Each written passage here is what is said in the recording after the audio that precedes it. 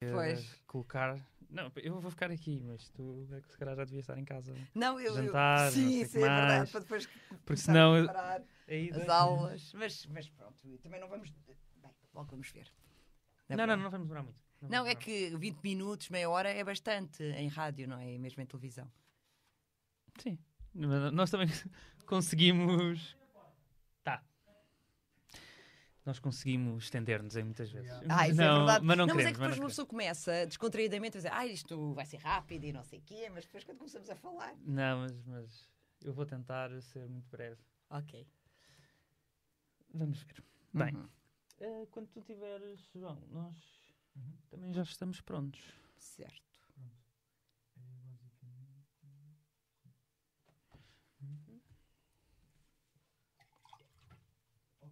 Tá? Sim. Boa. Então, olá. Olá. Diz-me como é que tu conheceste o Baldwin? Portanto, o James Baldwin foi trazido em duas formas diferentes. Primeiro foi através de uma referência da Maya Angelou sobre, portanto, que o Baldwin era um grande amigo. Explica Depois, quem é que é. a Maya Angelou é uma escritora norte-americana, também atriz, e ela escreveu um livro muito importante sobre identidade negra, racismo, discriminação, segregação racial nos Estados Unidos na década de 50, 70. Não, acho que é um bocadinho antes. Se calhar dos 30 até aos 70, mais ou menos, pronto, até ao final da segregação, nos anos 60. Mas ela escreveu agora. Sim, não, o livro foi escrito nos anos 70, este que eu li, que é o I Know Why the Caged Bird Song, que é Eu Sei Porque é que o Pássaro na Gaiola Cantou, a tradução em português. Portanto, este livro foi publicado, traduzido em português, em 2018 e publicado o ano passado. Mas o documentário que eu vi sobre a Maya Angelou foi antes, foi um bocado... Ela foi ela que fez o discurso, a tomada de posse do Bill Clinton, portanto, que é bastante interessante o discurso dele. E ela também esteve... Não fez o discurso, ela fez um discurso na tomada de posse do Bill Clinton. E eu acho que ela foi, não tenho bem a certeza se ela foi nomeada para um prémio, não, ela ganhou vários prémios Pulitzer, portanto é uma das escritoras afro-americanas mais importantes. Ela e a Toni Morrison, portanto, que também já li um livro dela. Portanto, e todos estes pensadores estão interligados, têm relações ou de amizade, no caso do Baldwin e da Maya Angelou, ou pensam e refletem e escrevem sobre a condição do negro nos Estados Unidos. Então, e por essa reflexão e análise da condição do negro, portanto, chamou-me bastante a atenção o Baldwin e tive imensa curiosidade em ler. E também tinha lido um outro escritor norte-americano que escreveu, agora não me estou a lembrar do nome dele, escreveu o Native Son, que é o Richard Wright, precisamente, e também já tinha lido do Richard Wright, O Negro que Quis Viver. Pronto, e havia várias relações, ou seja, cada vez que se faz uma pesquisa sobre estes autores, começam a aparecer vários nomes, e o Baldwin era um destes nomes. E depois de ter visto este documentário sobre a Maya Angelou, em que há uma referência clara ao Baldwin e a importância, o facto de ele a ter estimulado a escrever e a relação... o Baldwin estimulou a Maya Angelou a escrever, precisamente. Okay. E ela é de Harlem? Não sabes. Ela participou, ela era... Eu não sei, já não me lembro muito bem da biografia dela, portanto, neste momento não te consigo dizer onde é que ela nasceu, mas eu acho que ela fez peças, por exemplo, ensinou os negros de Genet num teatro, penso que foi no Harlem. Eu acho que ela não tem uma participação clara no Harlem Renaissance, mas faz parte de todo aquele movimento político, cultural que tem, quer dizer, que cresce e tem algumas das suas raízes no Harlem. E o Baldwin também participa, eu não tenho bem certeza se ele participa no Harlem Renaissance, porque eu acho que é um movimento anterior, que é dos anos 20, não é? De finais dos anos 20 do século passado. Portanto, mas de qualquer forma há um pulsar cultural naquela zona de qual ele também faz parte, não é? E contribui. Portanto, depois de ter estas referências sobre Baldwin, vi o documentário I'm Not Your Negro, que é um documentário extraordinário.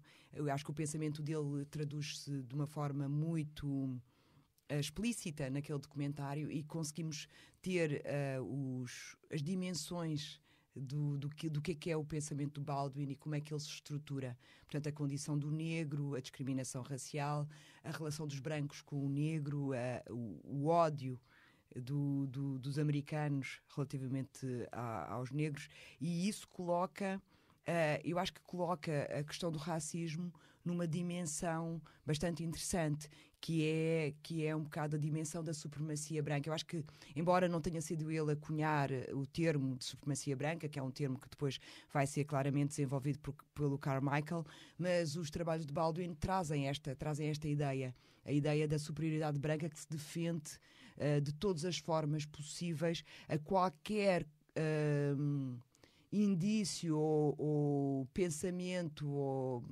qualquer ideia de perda desse poder. Ele vai reagir criando formas de dominação e de opressão para a manutenção desse poder. Portanto, e isso... Deixa-me ler-te uma coisa. Ele escreveu um ensaio que se chama Stranger in the Village, que foi publicado no Notes of a Native Son, em 1955, em que se lê: a ideia da civilização branca baseia-se simplesmente no facto dos homens brancos serem criadores da atual civilização e, por isso, os seus defensores e guardiãos. Assim, foi impossível para os americanos aceitar o homem negro como um deles, já que fazê-lo seria prejudicar o seu estatuto como homem branco. Precisamente. Eu acho que isso é fundacional no pensamento de Baldwin, que eu acho que é uma análise acertadíssima, porque o racismo é uma construção social e esta construção social ela surge para uma defesa, primeiro, na minha opinião, do tráfico de pessoas, portanto o tráfico transatlântico de pessoas escravizadas, ou seja, o comércio e o fato de se tornar seres humanos mercadoria.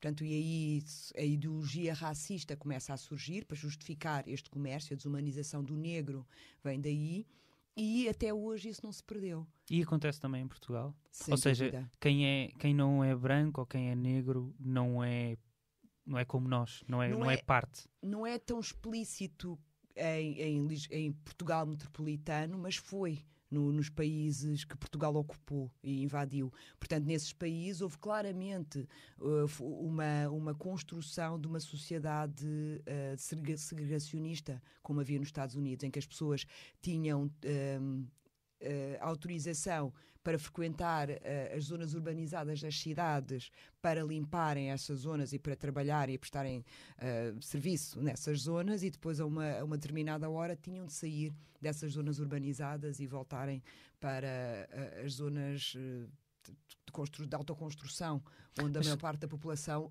autóctone vivia. Mas hoje talvez não seja, falo em Portugal, hoje talvez não seja uma questão de quem não é branco não é ser humano, como aqui o Baldwin fala muito explicitamente, nos anos 50 até antes disso, mas em Portugal, e já falámos sobre isto algumas vezes, tu próprio dizes que quem não é branco ou quem é negro não é português, não é? Ou não é visto como português. Não é visto como português. Achas que é uma outra maneira de dizer a mesma coisa? Ou seja, eu acho que neste momento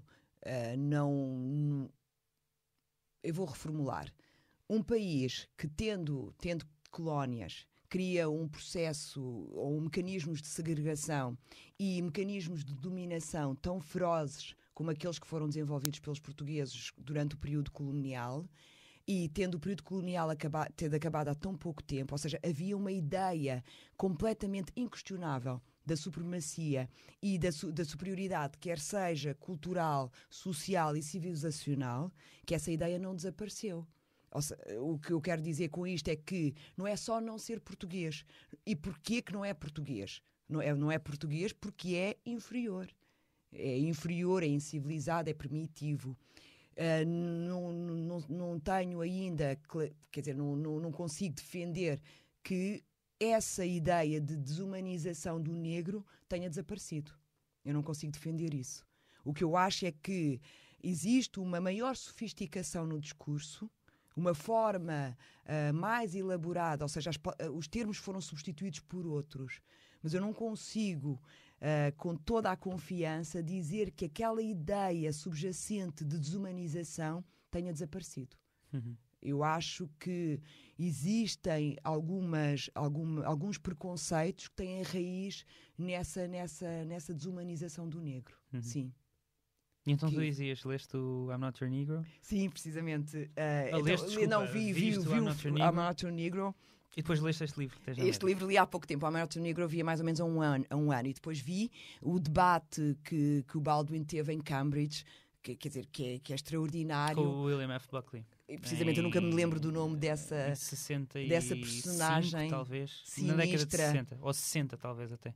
Sim, dessa personagem sinistra, altiva. Eu acho que ele representa precisamente, se eu tivesse que fazer uma caricatura do que é a supremacia branca, de como é que a elite se comporta, de como é que a elite defende os seus privilégios e o poder, o William Buckley para mim seria o paradigma da expressão, ou seja, da corporização do que é a visão da elite e da forma de estar, aquela soberba de que temos direito a, não é? Quer dizer, we are entitled to do this, toda aquela a pose, ou seja, nós temos o direito de explorar, nós temos o direito de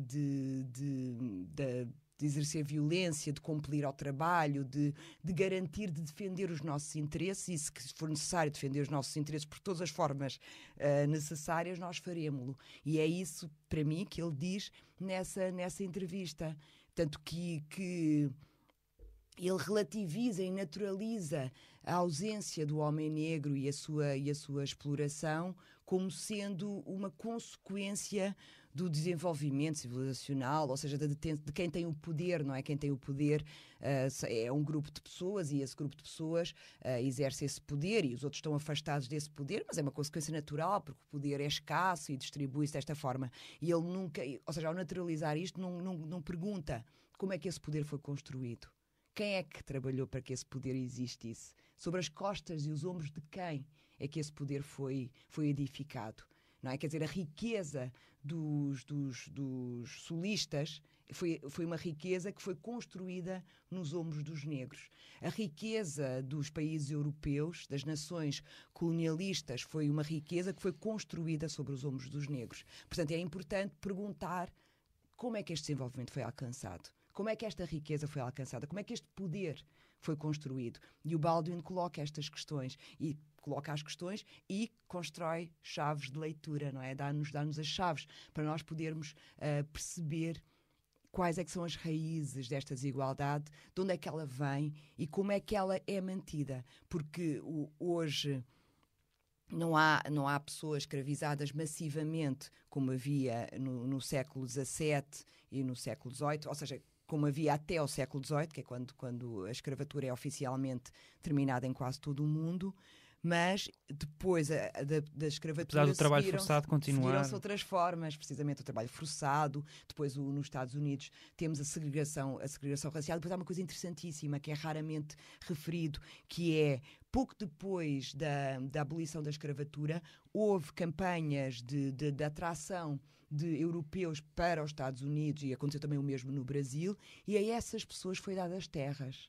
E às pessoas escravizadas que tinham contribuído para a riqueza daquele país, ficaram completamente sem terem modos de subsistência. Portanto, passaram tanto de serem pessoas escravizadas para uma total indigência, quer dizer, que não tinham modos de subsistência e tinham que voltar a trabalhar em contratos extremamente danosos para eles, para as pessoas que anteriormente os tinham escravizado. Portanto, vê-se e para além disso, outro aspecto também. Quando acabou a escravatura, quando houve a abolição da escravatura e houve um esboço de medidas que pudessem criar alguma reparação para aquelas pessoas que tinham sido escravizadas, houve logo movimentos de brancos a alegarem que estavam a ser prejudicados. Ou seja, que havia medidas de ação afirmativa para os negros e que essas medidas eram extremamente danosas e lesivas para eles. Portanto, e eram.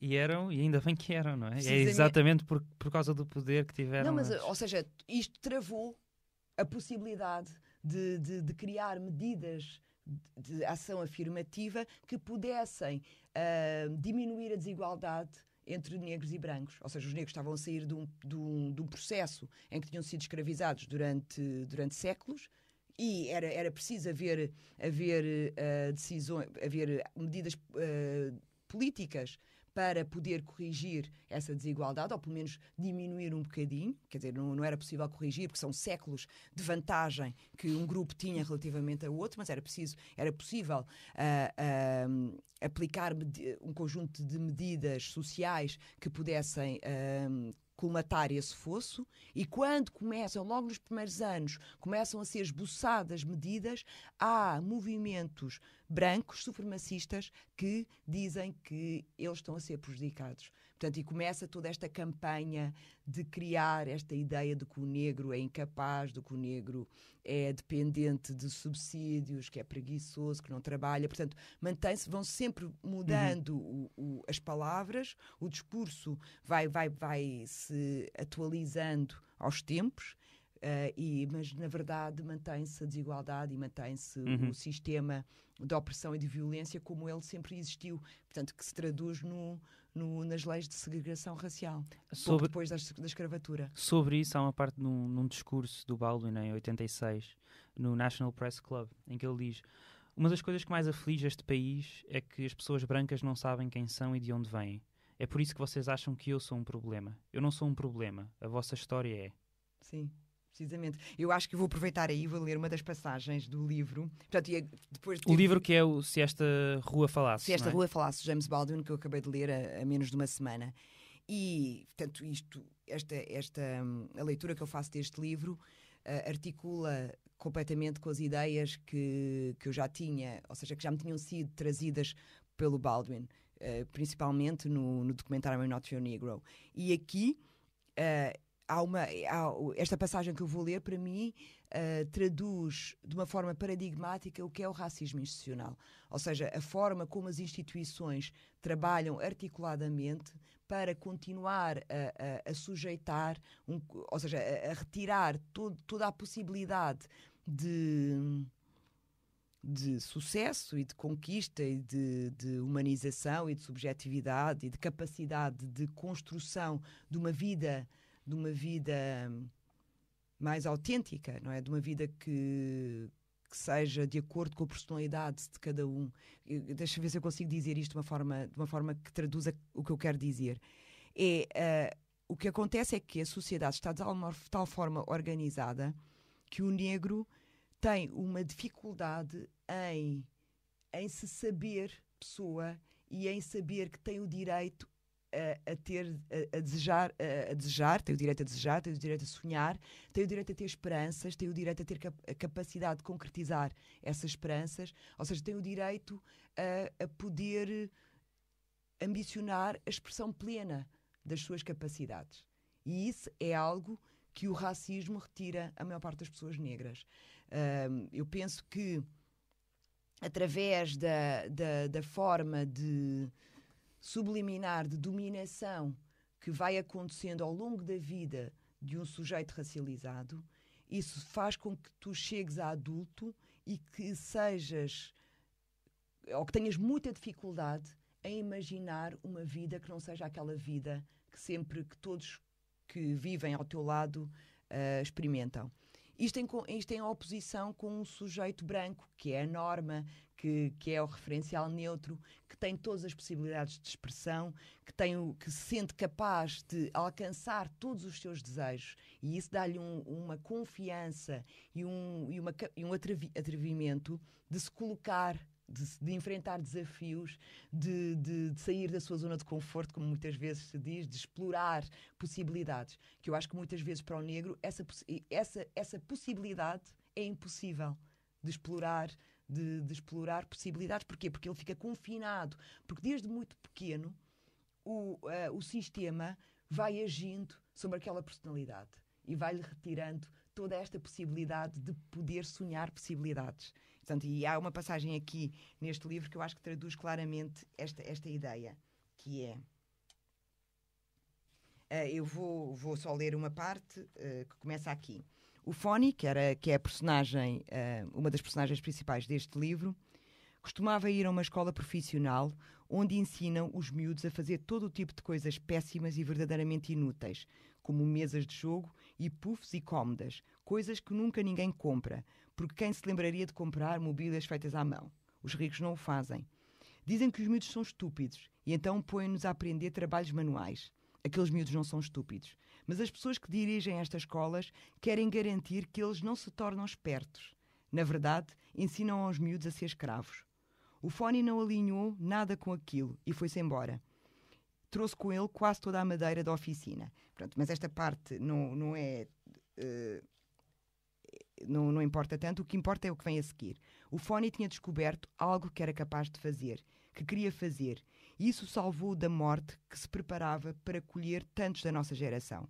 Embora a morte assumisse muitas formas, embora as pessoas morressem jovens de maneiras diferentes, a morte propriamente dita era muito simples, e a sua causa igualmente simples, tão simples como uma praga. Diziam aos miúdos que não valiam nada. E tudo que viam à sua volta confirmava essa ideia. Para mim, esta passagem traduz claramente esta impossibilidade que é inculcada na mente dos jovens negros desde que eles são muito pequenos. Tu sentiste isto quando crescias?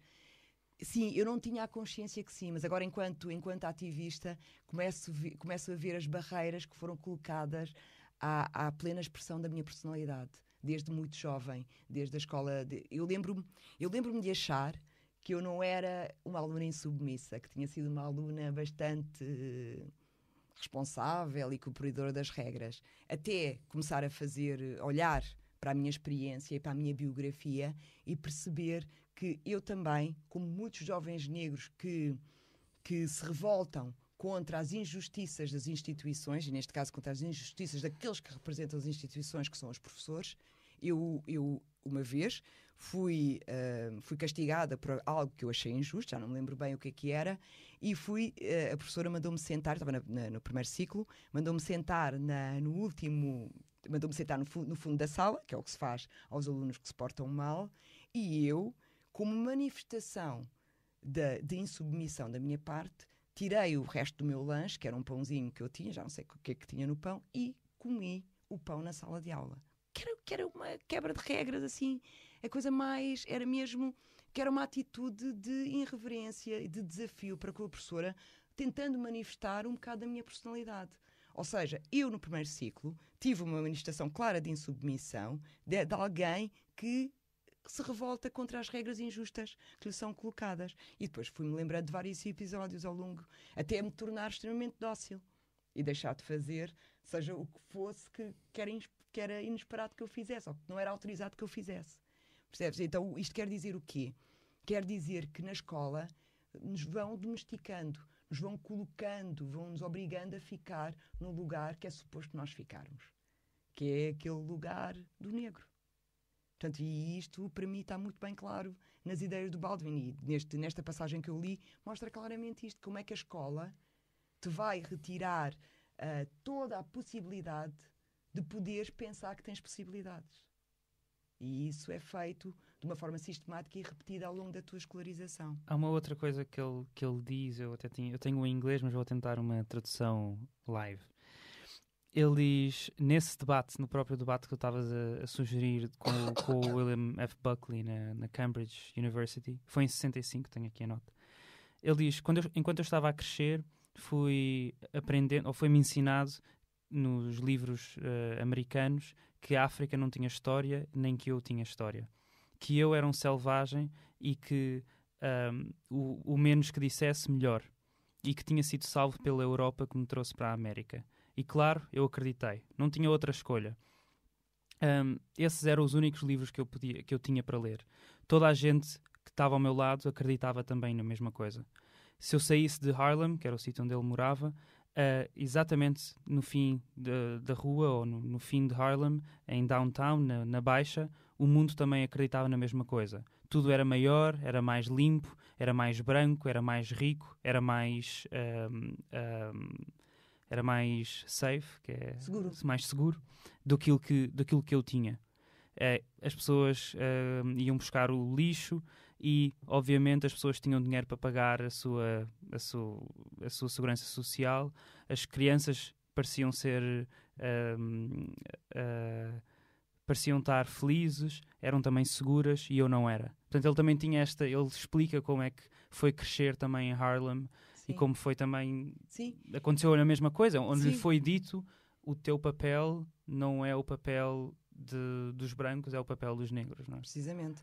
E para além disso, nós hoje sabemos, que todos os estudos demonstram isso, que todos esses processos são processos intencionais. Ou seja, as rendas são mais caras nos bairros mais degradados nos Estados Unidos, onde moram maioritariamente negros. Eles pagam mais por uma habitação de baixa qualidade do que os brancos pagam por habitações de melhor qualidade. Todo este sistema escolar vai fazendo com que os próprios negros abandonem menos, tenham menos qualificação, tenham menos capacidade de ter trabalhos mais bem remunerados. Isso leva a uma pobreza generalizada, a um maior risco de pobreza nesta população.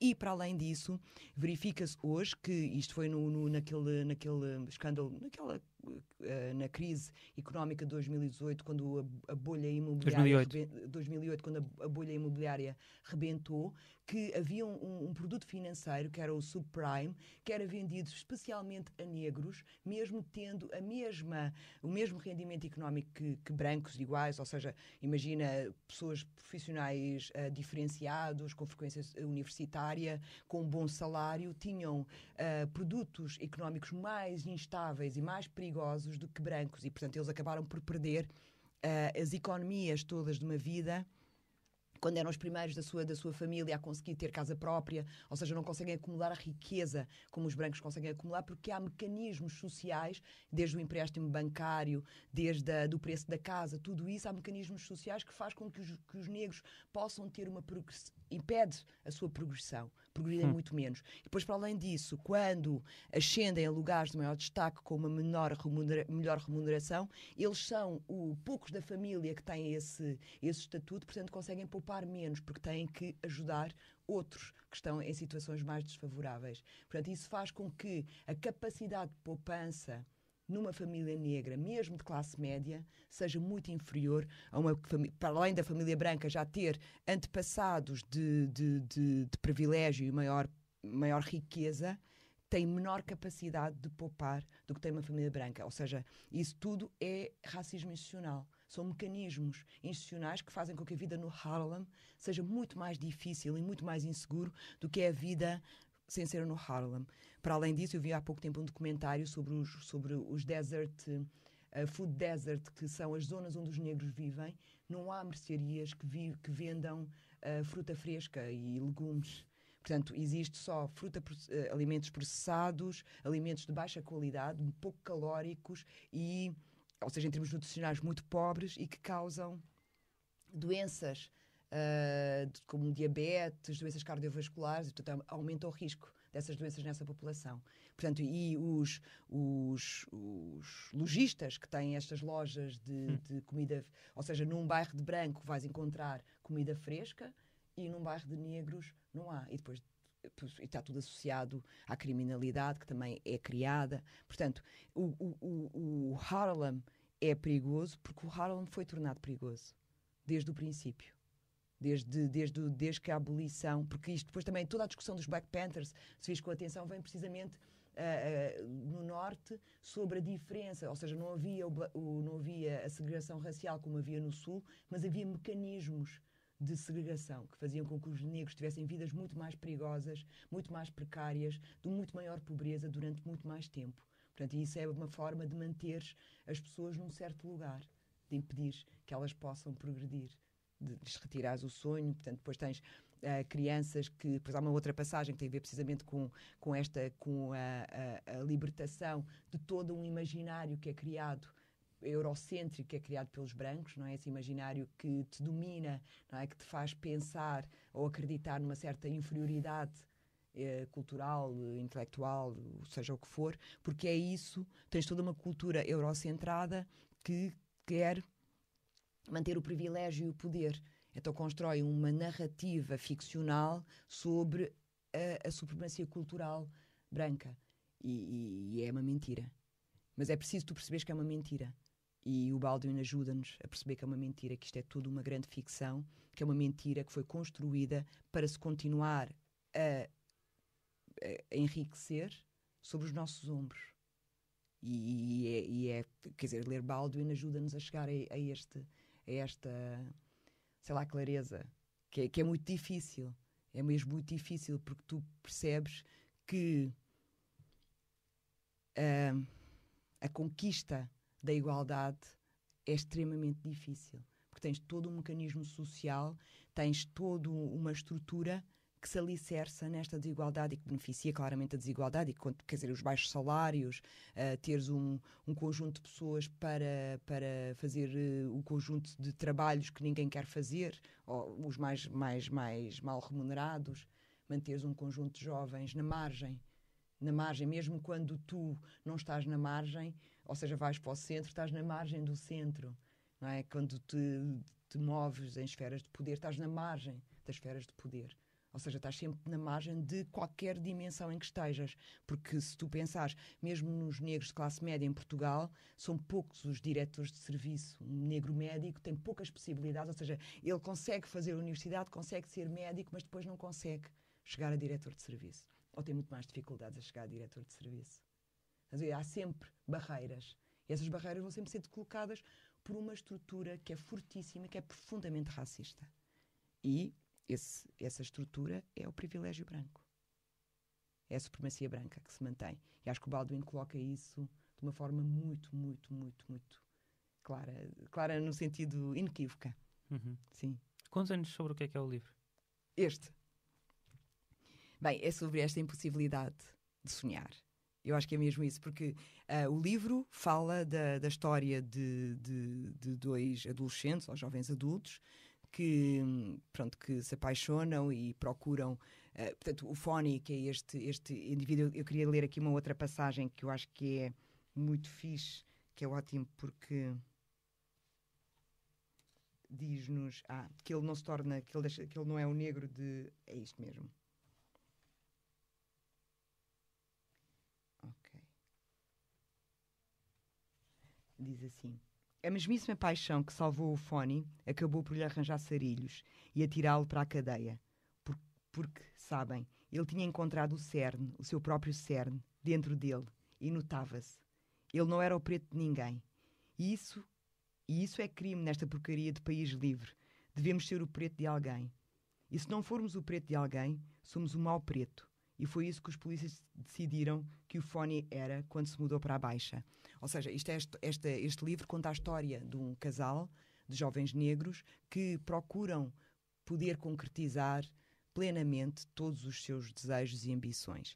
O Fonny é um sujeito que encontra algo que o fascina e para além de se expressar e de se reconhecer nesse algo, ele consegue identificar a sua capacidade. Ou seja, não são os outros que lhe dizem qual é que é a sua capacidade, é ele que reconhece e identifica a sua capacidade. E dedica toda a sua energia no desenvolvimento dessa capacidade, que é fazer esculturas. Entretanto, ele vive afastado da casa dos pais, vive num quarto, poupa dinheiro, faz trabalhos subalternos para poder concretizar os seus desejos. E eles conseguem, portanto, procuram um apartamento, conseguem encontrar um apartamento. No entanto, ele não era um preto de alguém. Ou seja, era um indivíduo com a sua subjetividade, com a sua capacidade de se afirmar e de decidir sobre a sua vida. E ele fazia questão de manifestar isso. E isto, numa altura, o livro é de... Portanto, o Baldwin escreve... 75, não é? Já não me lembro bem. Portanto, isto é... É de 74. 74. O livro é de 74. Portanto, é depois da luta dos direitos civis, mas mesmo assim continua-se a viver num ambiente de semi-segregação. Ou seja, é uma segregação... quer dizer, mais do que simbólica, é uma segregação territorial, uma segregação cultural, civilizacional. E eles conseguem alugar um pequeno apartamento no centro da cidade, e é aí que a vida deles se complica, porque há um polícia que já tinha um historial de racismo, tanto que já tinha morto um jovem negro, e de alguma forma o castigo que ele recebeu foi ter sido transferido para um outro bairro. E esta expressão tão pragmática da individualidade daqueles negros é algo que ele não pode aceitar, não é? Porque os negros são subalternos, não é? Os negros têm um lugar definido e eles não podem decidir qual é o lugar que ocupam, a sociedade é que decide qual é o lugar que eles ocupam. E o Fonny acaba por ser incriminado de um crime que não cometeu e é preso, portanto, e vai ser julgado. A namorada dele, que eu já não me lembro do nome dela, vai tentar, ela é Mary, mas não é Mary. Tish. Ela é Tish, vai tentar, ela e toda a família dela e a família dele vão tentar tirá-lo da prisão. Portanto, portanto, é violência policial, portanto, é a dificuldade que uma família de negros tem de vencer o sistema, porque eles não o conseguem tirar da prisão. E ele percebe que foi incriminado porque é isso que se faz. Portanto, os negros são incriminados por crimes que não cometeram porque dá jeito manter todo um grupo numa forma de dominação. Ou seja, tu usas estratégias de violência e de opressão muito grande sobre um indivíduo, como era na altura da escravatura, as pessoas eram violentamente agredidas e escoteadas para poder manter todos os outros numa espécie de transe de obediência. Claro que não aconteceu assim, havia sempre uns que, mesmo assim, conseguiam aceder ao cerne da sua individualidade e resistir e tentar encontrar uma vida melhor e fugiam e criaram mecanismos de fuga. E o Fonny tinha encontrado o seu mecanismo de fuga através da sua arte, mas o sistema conseguiu apanhá-lo e aprisioná-lo. Portanto, e é esta impossibilidade de vencer o sistema, porque o sistema é profundamente...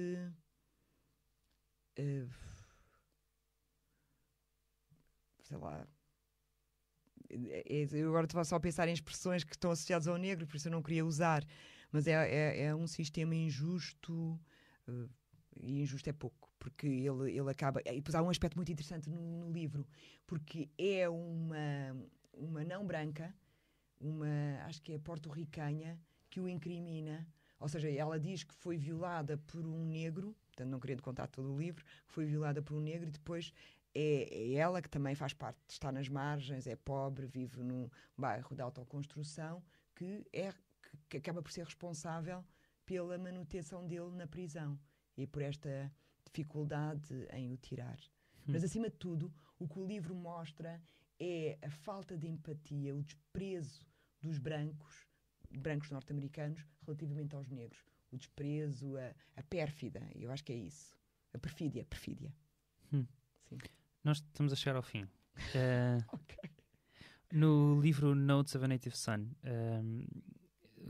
já no ensaio Many Thousands Gone, mais uma vez, o Notes of a Native Son tem vários ensaios, ele escreve: não existe, acho, um negro que viva na América que não tenha sentido, brevemente ou por longos períodos, como a angústia afiada ou amorfa, em vários graus ou para vários efeitos, um simples, nu e irrespondível ódio, que não queira ter esmagado uma cara branca que encontra em qualquer dia, violado sem motivo que não a cruel vingança às suas mulheres, ou quebrado os corpos de todas as pessoas brancas e trazê-lo para baixo, tão para baixo como a poeira em que ele próprio tem estado pisado. Tu identificas-te com esta raiva? Às vezes eu consigo compreendê-la bem. Eu consigo compreendê-la bem mesmo. E o que eu sinto é uma raiva sobre a dificuldade que é combater isto. Percebes? Ou seja, eu não sinto esse ódio de pessoas brancas individualmente. Eu sinto um ódio, uma raiva enorme por esta estrutura que nos quer manter aprisionados num não lugar. Quer dizer, que é um lugar tão abjeto.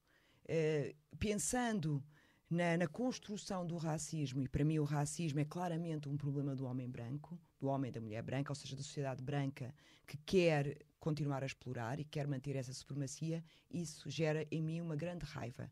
Uma raiva mesmo, muitas vezes, de difícil controle. E, acima de tudo, quando eu penso nas crianças pequenas que estão sujeitas a esta impunidade, a impunidade dos polícias, a impunidade dos professores, a impunidade das instituições que sobre elas exercem poder, isso sim deixa-me profundamente zangada. E aí tenho vontade de agir de uma forma um bocado mais violenta, assim. Mas, na verdade, eu acho que o que é importante aqui perceber é que mesmo essa descrição tem a ver com os limites da capacidade de ação que os sujeitos racializados têm. E, na minha opinião, não é um ódio... A raiva existe. A raiva existe. Isso não quer dizer que eu acho que a solução seja todos armarmos e matarmos. Ele próprio não acha. Ele diz até... Há uma coisa também interessante que ele diz, já agora lia-te, ele diz uma coisa... Mas enquanto estás à procura, deixa-me só acrescentar. Mas esta raiva é que me alimenta. O Stuart Hall usa uma expressão que a Grada Quilomba apresentou numa conferência, que é: de onde é que vem a energia, de onde é que vêm as tuas ideias, de onde é que vem a tua necessidade de fazer qualquer coisa. A minha necessidade de agir de uma forma antirracista vem da raiva e da vergonha.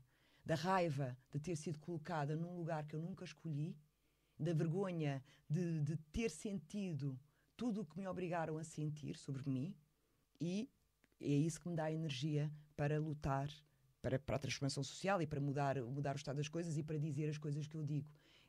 Grande parte do meu discurso e dos meus argumentos vem da raiva e da vergonha.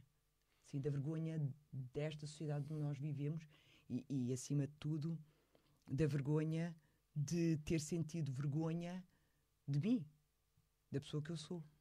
Porque viver num contexto racista, numa sociedade racista, em que nós somos todos condicionados por, como eu disse, por uma ficção, que é uma mentira do início ao fim. E que essa mentira é mantida e é alimentada pelos nossos políticos quando continuam a ter uma narrativa de naturalização do racismo. É continuar a condenar crianças a um não lugar. À criança que eu fui, não é? Porque eu não nasci adulta, não é? À criança que eu fui, que foi condenada a ter que engolir a não poder expressar todas as suas potencialidades, porque muitas pessoas, os adultos que representavam as instituições que geriam o meu percurso escolar, acreditavam que não era suposto. Não é? Vivíamos num contexto muito próximo da descolonização e essa ideia supremacista prevalecia. E essa ideia supremacista hoje prevalece, continua a ser alimentada cada vez que nós fazemos um discurso glorificador dos descobrimentos, estamos a alimentar a ideia supremacista e estamos a condenar os negros a ficarem num não lugar. E isto não é uma perspectiva de vítima, porque muitas vezes este discurso é um discurso difícil de aceitar porque parece que nos estamos a vitimizar. Não, estamos a fazer uma leitura claríssima da situação e estamos a agir sobre a realidade. E não é uma realidade imaginada pós-racial, ficcional também, que é uma outra mentira. Explica isso. Ou seja, esta realidade pós-racial é que vivemos num contexto em que as raças já não têm importância, em que somos todos seres humanos, que a ciência já demonstrou que somos todos seres humanos e que se trata de direitos humanos. Não. E o que acontece, claro que é uma questão de direitos humanos, mas o que está na base deste discurso pós-racial é uma perpetuação da desigualdade. E a desigualdade não é só uma desigualdade de classe social, é uma desigualdade com base nas características étnico-raciais. Existe, na maior parte das sociedades europeias, um ódio ao negro.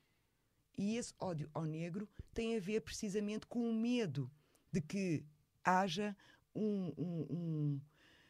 uma reivindicação de reparações pelos séculos de opressão e violência a que os negros foram sujeitos. E se houvesse reparações, toda a riqueza acumulada podia ser perdida. E para evitar a perda da riqueza acumulada, mantém-se o racismo. Portanto, e é a partir dessa raiva, é esta raiva que o Baldwin verbaliza dessa forma, eu canalizo-a para fazer o meu ativismo antirracista. Obrigado. Eu ia te dizer, mas já não.